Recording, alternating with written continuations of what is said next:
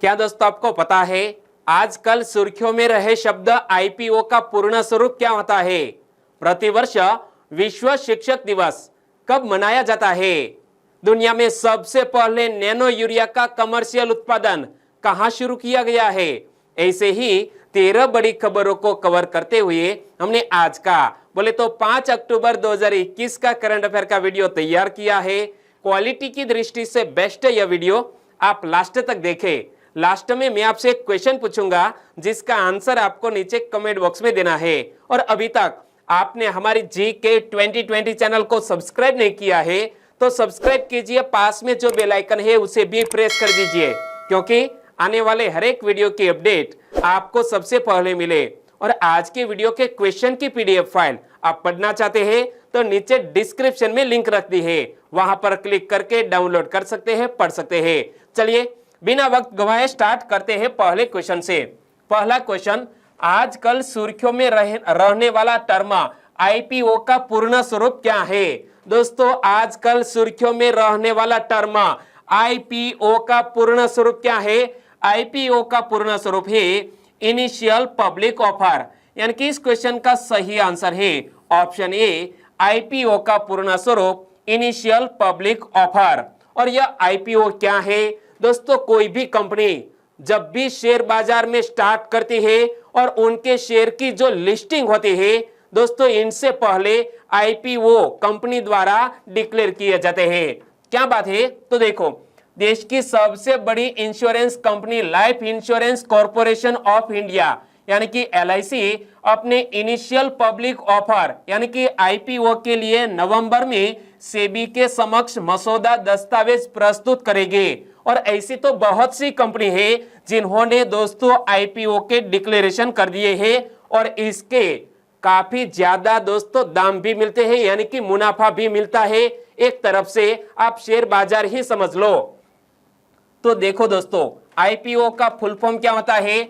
Initial public offering, यानी कि आरंभिक सार्वजनिक निर्गम। यहां पर भी पढ़ सकते हैं आईपीओ का पूर्ण स्वरूप क्या होता है? Initial public offering. हिंदी में कहें तो आरंभिक सार्वजनिक निर्गम। और इसके तहत कोई भी कंपनी पहली बार अपना शेयर आम निवेशकों को जारी करती है। और यह तब होता है जब कोई कंपनी खुद को पब्लिक करने का फैसला कर लेती है और आईपीओ से पहले कंपनी के बेहद ही कम शेयर होल्डर होते हैं। तो दोस्तों यह हाल ही में बहुत ही सुर्खियों में रह रहा है। तकरीबन एक मंथ में 4 से 5 कंपनी आईपीओ के जरिए करंट अफेयर में आती है और इसीलिए आपको आईपीओ के बारे में पता होना चाहिए। और इसी तरह हर क्वेश्चन से जुड़े इंपॉर्टेंट फैक्ट मैं आपके सामने रखता हूं। हमारा यह तरीका आपको अच्छा लगता है, लाइक करना मत भूलिएगा। दूसरा क्वेश्चन है आपकी स्क्रीन पर। बंगाल की मुख्यमंत्री व तृणमूल कांग्रेस की सुप्रीमो ममता बनर्जी किस सीट से विधानसभा उपचुनाव जीती? इमेज आप देख सकते हैं। तृणमूल कांग्रेस की सुप्रीमो कौन है? ममता बनर्जी, और हाल ही में पश्चिम बंगाल की मुख्यमंत्री भी है। दोस्तों जब यह पश्चिम बंगाल में आम चुनाव हुआ था तब वो यह विधानसभा का जो चुनाव था वो हार गई थी और 6 माह के भीतर ममता बनर्जी को किसी सीट पर विधानसभा चुनाव जीतना ही था और कॉन्स्टिट्यूशन में इसी तरह का प्रावधान भी है। तो दोस्तों हाल ही में पश्चिम बंगाल की मुख्यमंत्री व तृणमूल कांग्रेस सुप्रीमो ममता बनर्जी ने भवानीपुर से आम चुनाव जीत लिया है, उपचुनाव जीत लिया है, यानी कि इस क्वेश्चन का सही आंसर है भवानीपुर। मुख्यमंत्री पद पर बने रहने के लिए ममता बनर्जी का भवानीपुर विधानसभा उपचुनाव जीतना बेहद जरूरी था, क्योंकि पिछले विधानसभा चुनाव में नंदीग्राम सीट पर उन्हें शुवेंदु अधिकारी से हार का सामना करना पड़ा था और कॉन्स्टिट्यूशन में कुछ इसी तरह का प्रावधान है। आपको याद है तो नीचे कमेंट सेक्शन में जरूर बताना। हम बात करते हैं ममता बनर्जी की। तो 2021 ममता बनर्जी ने अपनी निकटतम प्रतिद्वंद्वी भारतीय जनता पार्टी की प्रियंका को 58,835 वोटों के बहुत बड़े अंतर से शिकस्त दी और ममता की यह अब तक की सबसे बड़ी जीत भी है। इससे पहले ममता बनर्जी ने 2011 में इसी सीट पर माकपा की नंदिनी को 54,213 वोटों से हराया था। तीसरा क्वेश्चन, घनश्याम नायक तारक मेहता का उल्टा चश्मा शो में किसकी भूमिका निभाते थे? दोस्तों, तारक मेहता का उल्टा चश्मा बहुत ही फेमस एक सीरियल है जिसमें यह घनश्याम नायक कौन सा किरदार निभाते थे जिसका हाल ही में निधन हो गया है? घनश्याम नायक बोले तो नट्टू काका। कौन? नट्टू काका। पोपट और नट्टू काका की जोड़ी आपने तारक मेहता का उल्टा चश्मा में देखी ही होगी, लेकिन यह नट्टू काका का हाल ही में देहांत हो गया है। यानी कि इस क्वेश्चन का सही आंसर है ऑप्शन ए, नट्टू काका एक जाने माने अभिनेता थे। नट्टू काका इमेज में आप देख सकते हैं, मूल नाम है घनश्याम नायक। देखो, तारक मेहता का उल्टा चश्मा शो में नजर आने वाले घनश्याम नायक का 77 वर्ष की आयु में निधन हो गया है। वह इस लोकप्रिय शो में नट्टू काका की भूमिका निभाते थे और नट्टू काका उर्फ घनश्याम नायक के निधन की पुष्टि तारक मेहता का उल्टा चश्मा के निर्माता असित मोदी ने सोशल मीडिया ट्विटर पर की है। यानी कि हाल ही में कैंसर की वजह से निधन हो गया, ऐसा माना जा रहा था। उनके गले में 6 से 7 दोस्तों कैंसर की जो गांठ होती है वो थी। और नट्टू काका उर्फ घनश्याम नायक ने 350 से अधिक सीरियल में काम किया है। क्या? 350 से अधिक सीरियल में भी यह घनश्याम नायक ने काम किया है। और इसके अलावा वह 200 से अधिक गुजराती और हिंदी फिल्मों में भी काम कर चुके हैं। यानी कि एक दिग्गज और वरिष्ठ अभिनेता थे। और 77 वर्षीय घनश्याम नायक उर्फ नट्टू काका कई लोगों के लिए प्रेरणा रहेंगे। चौथा क्वेश्चन, ISSF जूनियर विश्व चैंपियनशिप में युवा निशानेबाज जीना खिट्टा ने कौन सा पदक जीता? दोस्तों, हाल ही में पेरू की कैपिटल लीमा में यह ISSF की जूनियर विश्व चैंपियनशिप जारी है जिसमें हमारे भारत देश की जीना खिट्टा ने रजत पदक जीतकर देश का गौरव बढ़ाया। यानी कि इस क्वेश्चन का सही आंसर है जीना खिट्टा ने कौन सा पदक जीता है? रजत पदक जीता है। ISSF जूनियर विश्व चैंपियनशिप पेरू की राजधानी लीमा में चल रही है और 30 सितंबर से लेकर 10 अक्टूबर तक चलने वाले इस चैंपियनशिप में 32 देशों के 370 निशानेबाज विभिन्न स्पर्धाओं में हिस्सा ले रहे हैं। लेकिन दोस्तों, खुशी की बात यह है कि पदक तालिका में हम भारत हमारा देश टॉप पर है। और यहां हम बात करते हैं यह जीना खिट्टा के। तो ISSF जूनियर विश्व चैंपियनशिप में युवा निशानेबाज जीना खिट्टा ने रजत पदक जीतकर देश का नाम रोशन किया है। और जीना खिट्टा मूल रूप से हिमाचल प्रदेश की राजधानी शिमला के पास रोहडू की रहने वाली है और पिता पृथ्वीराज खिट्टा एक व्यापारी है। पांचवा क्वेश्चन, हाल ही में विश्व शिक्षक दिवस कब मनाया गया? प्रतिवर्ष वर्ल्ड टीचर्स डे मनाया जाता है 5 अक्टूबर को। यानी कि आज ही वर्ल्ड टीचर्स डे मनाया जा रहा है। यानी कि इस क्वेश्चन का सही आंसर है 5 अक्टूबर बोले तो वर्ल्ड टीचर्स डे। और प्रतिवर्ष इसकी थीम भी तय की जाती है। तो इस साल के विश्व शिक्षक दिवस की थीम क्या रखी गई है? मोस्ट इंपोर्टेंट क्वेश्चन है दोस्तों। वर्ल्ड टीचर्स डे 2021 की थीम क्या है? यहां पर पढ़ सकते हैं दोस्तों। यहां पर बोर्ड पर ही लिखा है, शिक्षक बढ़ते संकट के बीच भविष्य की नई कल्पना। थीम क्या रखी गई है? शिक्षक बढ़ते संकट के बीच भविष्य की नई कल्पना। तो विश्व शिक्षक दिवस 5 अक्टूबर को संयुक्त राष्ट्र के तत्वाधान में मनाया जाता है। और यह दिवस मनाने का उद्देश्य क्या है? कार्यरत एवं सेवानिवृत्त शिक्षकों को उनके विशेष योगदान के लिए सम्मानित करने हेतु प्रतिवर्ष 5 अक्टूबर को वर्ल्ड टीचर्स डे मनाया जाता है। लेकिन एक और क्वेश्चन बन सकता है कि हमारे भारत देश में नेशनल टीचर्स डे कब मनाया जाता है? नेशनल टीचर्स डे 1 माह पहले मनाया गया। कब? 5 सितंबर को। किसकी याद में मनाया जाता है? सर्वपल्ली राधाकृष्णन की याद में मनाया जाता है। तो देखो, भारत में शिक्षक दिवस कब मनाया जाता है? 5 सितंबर को। और स्वतंत्र भारत के पहले उपराष्ट्रपति और दूसरे राष्ट्रपति श्री सर्वपल्ली राधाकृष्णन का जन्म 5 सितंबर 1888 को हुआ, जिस कारण सर्वपल्ली राधाकृष्णन की याद में भारत में शिक्षक दिवस मनाया जाता है। 5 सितंबर national teachers day, 5 October world teachers day. Clear? और यहां जब टीचर्स डे की बात आई तो एजुकेशन डे की भी बात कर ले। 11 नवंबर को भारत में राष्ट्रीय शिक्षा दिवस के रूप में मनाया जाता है, यानी कि नेशनल एजुकेशन डे। कब मनाया जाता है? 11 नवंबर को। और भारत में राष्ट्रीय शिक्षा दिवस देश के प्रथम शिक्षा मंत्री कौन थे? हमारे भारत देश के प्रथम शिक्षा मंत्री थे मौलाना अबुल कलाम आजाद। उनकी स्मृति में यह दिवस मनाया जाता है 11 नवंबर को। और यहां पर पढ़िए, इंटरनेशनल डे ऑफ एजुकेशन यानी कि अंतरराष्ट्रीय शिक्षा दिवस कब मनाया जाता है? 24 जनवरी को। तो दोस्तों यहां हमने 4 महत्वपूर्ण दिवस याद रखे। एक तो राष्ट्रीय शिक्षक दिवस यानी कि नेशनल टीचर्स डे कब मनाया जाता है? 5 सितंबर को। और वर्ल्ड टीचर्स डे यानी कि अंतरराष्ट्रीय शिक्षक दिवस कब मनाया जाता है? 5 अक्टूबर को। 11 नवंबर को नेशनल एजुकेशन डे यानी कि राष्ट्रीय शिक्षा दिवस मनाया जाता है। और 24 जनवरी को इंटरनेशनल डे ऑफ एजुकेशन यानी कि अंतरराष्ट्रीय शिक्षा दिवस मनाया जाता है। छठा क्वेश्चन, निम्न में से किस गवर्नर जनरल के काल में निजाम और मराठों के बीच 1795 में खुर्दा का युद्ध लड़ा गया? दोस्तों किस गवर्नर जनरल के काल में निजाम और मराठों के बीच 1795 में खुर्दा का युद्ध लड़ा गया था? यह हिस्ट्री का क्वेश्चन है। सही आंसर है सर जॉन शोर हमारे भारत देश के गवर्नर जनरल थे। तब निजाम और मराठों के बीच 1795 में खुर्दा का युद्ध लड़ा गया था, यानी कि इस क्वेश्चन का सही आंसर है सर जॉन शोर।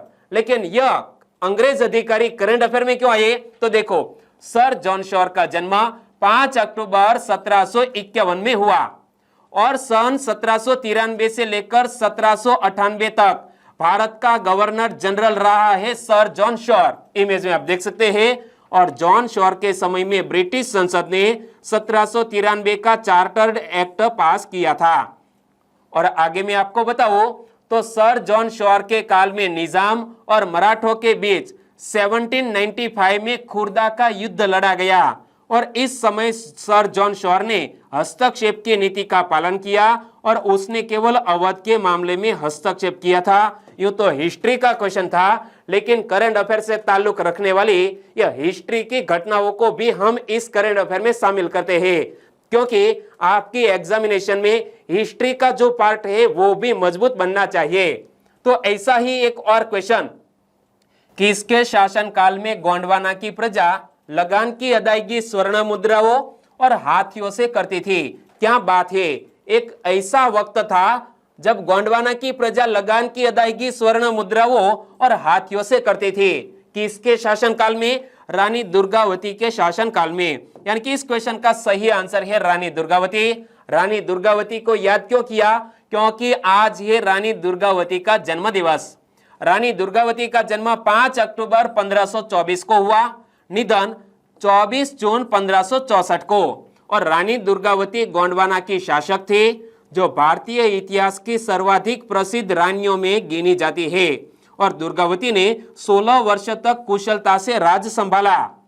और आईने अकबरी में अबुल फजल ने लिखा है कि दुर्गावती के शासनकाल में गोंडवाना इतना सुव्यवस्थित और समृद्ध था कि प्रजा लगान की अदायगी स्वर्ण मुद्राओं और हाथियों से करती थी। हिस्ट्री की बात है, मोस्ट आईएमपी बात है कि आईने अकबरी रचना किसने की है? आईने अकबरी किताब है अबुल फजल की, जिसमें अबुल फजल ने रानी दुर्गावती के बारे में क्या लिखा है कि रानी दुर्गावती के शासन काल में गोंडवाना इतना सुव्यवस्थित और समृद्ध था कि प्रजा लगान की अदायगी स्वर्ण मुद्राओं और हाथियों से करती थी।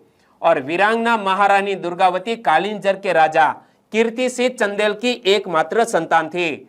महोबा के राठ गांव में 1524 की दुर्गाष्टमी पर जन्म के कारण उनका नाम दुर्गावती रखा गया। क्या दुर्गाष्टमी के पर जन्म हुआ तो नाम रखा दुर्गावती। और मंडला में दुर्गावती के हाथी खाने में उन दिनों 1400 हाथी थे। क्या बात है, मंडला में दुर्गावती के हाथी खाने में उन दिनों कितने हाथी थे? 1400 हाथी थे। 8वां क्वेश्चन, एक संशोधन के अनुसार पिछले 20 साल में और बाद में रिक्त स्थान दिया गया है। हाल ही में एक संशोधन के अनुसार पिछले 20 साल में ग्लेशियरों का 4% हिस्सा पिघल गया है। दोस्तों एक चौंकाने वाला खुलासा हुआ है। ग्लोबल वार्मिंग की वजह से पिछले 20 साल में ग्लेशियरों का 4% हिस्सा पिघल गया है। यानी कि इस क्वेश्चन का सही आंसर है ऑप्शन बी। जम्मू कश्मीर के किश्तवाड़ जिले में ग्लेशियरों के सिकुड़ने से जनजीवन पर खतरा बढ़ता जा रहा है। पिछले 20 साल में ग्लेशियरों का 4% हिस्सा पिघल गया है और इस वजह से 6 नई झीलें भी बन गई है। क्या 6 नई झीलों का भी निर्माण हो चुका है ग्लेशियर पिघलने से, और इन झीलों के फटने से कभी भी बाढ़ आ सकती है, जिसका असर चिनाब घाटी में नदी से सटे आबादी वाले इलाकों और पनबिजली परियोजनाओं पर पड़ सकता है। और केंद्रीय विश्वविद्यालय जम्मू में पर्यावरण विज्ञान विभाग के शोधकर्ताओं ने रिमोट सेंसिंग से गहन अध्ययन के बाद यह खुलासा किया है। और शोधकर्ताओं के अनुसार ग्लेशियर पिघलने का मुख्य कारण क्या है? ग्लोबल वार्मिंग है। और दोस्तों क्लास 1-2 की एग्जामिनेशन में आप डिस्क्रिप्शन में कोई आंसर लिखते हैं तो ग्लोबल वार्मिंग से जुड़ी कोई भी घटना को आप यदि क्वेश्चन पूछ लिया जाए और लिखते हैं तो ज्यादा मार्क मिल सकते हैं। और चिनाब नदी पर बने सलाल, बगलिहार, दुलहस्ती पनबिजली परियोजनाओं के बांध भी बाढ़ के खतरे की जद में है। और ग्रीन हाउस गैसों पर नियंत्रण न होने पर हालात और भी बिगड़ सकते हैं। इसी तरह का इस अध्ययन में संशोधन में सामने आया है। 9वां क्वेश्चन, भारत में प्रति वर्ष 4 से 10 अक्टूबर की समयावधि को निम्न में से किस सप्ताह के रूप में मनाया जाता है? दोस्तों कल थी 4 अक्टूबर और 10 अक्टूबर, यानी कि 4 अक्टूबर से लेकर 10 अक्टूबर की समयावधि को प्रति वर्ष विश्व अंतरिक्ष सप्ताह के रूप में मनाया जाता है। यानी कि इस क्वेश्चन का सही आंसर है विश्व अंतरिक्ष सप्ताह, यानी कि वर्ल्ड स्पेस वीक कब मनाया जाता है? 4 से 10 अक्टूबर की समयावधि को। तो विश्व अंतरिक्ष सप्ताह से जुड़े और भी क्वेश्चन बन सकते हैं, जैसा कि 6 दिसंबर 1999 को वर्ल्ड स्पेस वीक को किसके द्वारा घोषित किया गया था? संयुक्त राष्ट्र महासभा के द्वारा। और इस साल के 2021 के वर्ल्ड स्पेस वीक की थीम क्या रखी गई है? वीमेन इन स्पेस, अर्थात अंतरिक्ष में महिला। यह 2021 के वर्ल्ड स्पेस वीक की थीम है। मोस्ट इंपोर्टेंट क्वेश्चन ये दोस्तों याद रख लो कि वर्ल्ड स्पेस वीक 2021 की थीम क्या है? Women in space. और ये तारीख है पहली कृत्रिम उपग्रह स्पुतनिक 1 के 4 अक्टूबर 1957 को लॉन्च होने और 10 अक्टूबर 1967 को चंद्रमा और अन्य आकाशीय वस्तुओं सहित बाहरी अंतरिक्ष की खोज में एक नई सफलता पाई थी। और इसलिए यह समयावधि को वर्ल्ड स्पेस वीक के रूप में मनाया जाता है। 10वां क्वेश्चन, भारत के chief of defence staff general Bipin Rawat निम्न में से किस देश की यात्रा की? इमेज में आप देख सकते हैं भारत देश के पहले CDS यानी कि चीफ ऑफ डिफेंस स्टाफ कौन है? जनरल बिपिन रावत। और जनरल बिपिन रावत ने हाल ही में अमेरिका देश की यात्रा की। यानी कि इस क्वेश्चन का सही आंसर है अमेरिका। और अमेरिका के वर्तमान रक्षा मंत्री कौन है? तो इमेज में आप देख सकते हैं नाम है ऑस्टिन। अमेरिकी रक्षा मंत्री ऑस्टिन ने भारत के chief of defence staff general Bipin Rawat की पेंटागन की हाल ही की यात्रा को ऐतिहासिक बताया है। ऐतिहासिक क्यों बताया है? तो देखो, जनरल बिपिन रावत और ऑस्टिन ने अंतरिक्ष, साइबर और उभरती प्रौद्योगिकियों जैसे नए रक्षा क्षेत्रों में सहयोग बढ़ाने सहित अमेरिका भारत रक्षा साझेदारी को आगे बढ़ाने के लिए अपनी प्राथमिकताओं पर बातचीत की है। और यह दोस्तों मुलाकात बहुत ही ऐतिहासिक मानी जा रही है। 11वां क्वेश्चन, दुबई एक्सपो में विश्व का सबसे बड़ा पवेलियन किसने बनाया है? दुबई एक्सपो में विश्व का सबसे बड़ा पवेलियन बनाया है हमारे भारत देश ने। यानी कि इस क्वेश्चन का सही आंसर है भारत। दुबई एक्सपो का रंगारंग आगाज हो चुका है और दुबई में भारत ने विश्व का सबसे बड़ा पवेलियन बनाया है, जहां भारतीय संस्कृति की छटा उकेरी गई है। इमेज में आप देख सकते हैं अयोध्या का राम मंदिर बनाया गया है। भारत के पवेलियन में भारतीय संस्कृति के साथ साथ भारतीय टेक्नोलॉजी, भारतीय उद्योगों का भी मंचन किया जा रहा है। और यह शायद पहला उदाहरण है जब राम मंदिर को विदेशों में भारतीय विरासत के हिस्से के रूप में पेश किया जा रहा है। और 1 लाख वर्ग फुट में फैले 3 मंजिला पवेलियन में ताजमहल, रानी की वाव, कोणार्क के सूर्य मंदिर और वाराणसी के काशी विश्वनाथ मंदिर की रेप्लिका भी लगी हुई है। इमेज आप देख सकते हैं। तो यहाँ दोस्तों भारतीय कला और संस्कृति की दृष्टि से हमें याद रखना है कि सूर्य मंदिर एक गुजरात में भी स्थित है, वो कहां पर है नीचे कमेंट सेक्शन में जरूर बताना। और रानी की वाव वर्ल्ड हेरिटेज साइट में भी शामिल है, वो भी गुजरात में स्थित है। इसके अलावा यह 3 मंजिला पेविलियन में ताजमहल और विश्वनाथ मंदिर को भी बनाया गया है, काशी विश्वनाथ मंदिर को भी बनाया गया है। 12वां क्वेश्चन, नैनो यूरिया कमर्शियल उत्पादन करने वाला पहला देश कौन बना? नैनो यूरिया का कमर्शियल उत्पादन करने वाला दुनिया का पहला देश कौन बना है? हमारा देश इंडिया। यानी कि इस क्वेश्चन का सही आंसर है इंडिया। इमेज में आप देख सकते हैं मनसुख मांडविया जी को। मनसुख मांडविया किस मंत्रालय के मंत्री है?